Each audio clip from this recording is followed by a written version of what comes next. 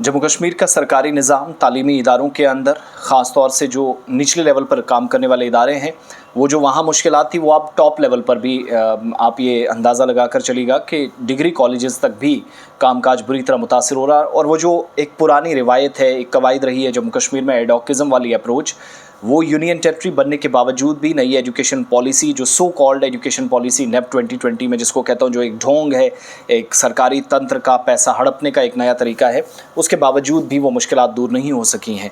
ताज़ा मिसाल मैं आपके सामने नंबर्स के साथ, आदाद शुमार के साथ रखूँगा, और ये मेरे अपने नंबर्स नहीं है, हमारी रिसर्च है, नंबर्स सरकार के हैं। 3 दर्जन से ज़्यादा डिग्री कॉलेजेस, बल्कि 5 दर्जन के करीब डिग्री कॉलेजेस हैं जम्मू कश्मीर के अंदर जिनका सरबराही नहीं, हेड ही नहीं है, और इंचार्ज प्रिंसिपल या फिर डीडीओज़ के वो जो चार्जेस हैं वो भी किसी और को दे दिए गए हैं।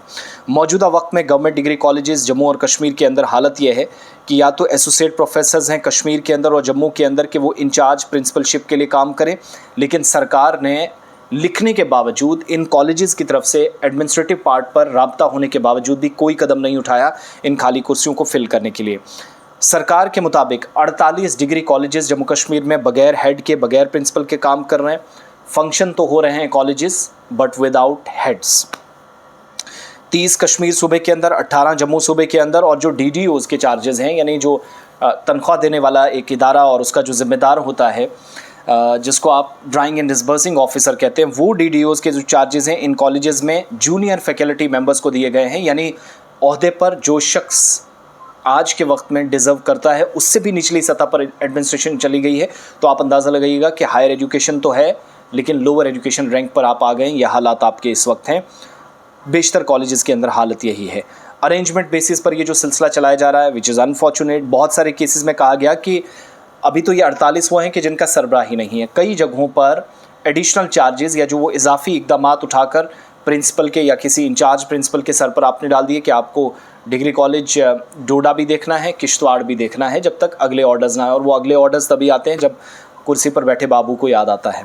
बांडीपुरा का कॉलेज चल रहा है तो कहते हैं आप बारामूला वाला आपको देख लेगा। अब ये सिस्टम चलेगा कैसे, अकाउंटेबिलिटी और ट्रांसपेरेंसी कैसे होगी? और ये तो सवाल है ही, लेकिन बड़ी हैरानी मेरे अंदाज़ में वो है कि नैक एक्रेडिटेशन कैसे मिल जाती है इन कॉलेजेस को, इन यूनिवर्सिटियों को जो बगैर सरबराह के काम करते हैं।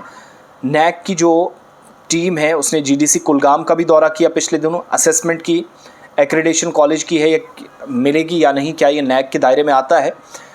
ये सब करते करते लास्ट पे पता चला कि there is no head of the same of said institution which is government degree college Kulgam. ये सिर्फ एक एग्जाम्पल दे रहा हूँ।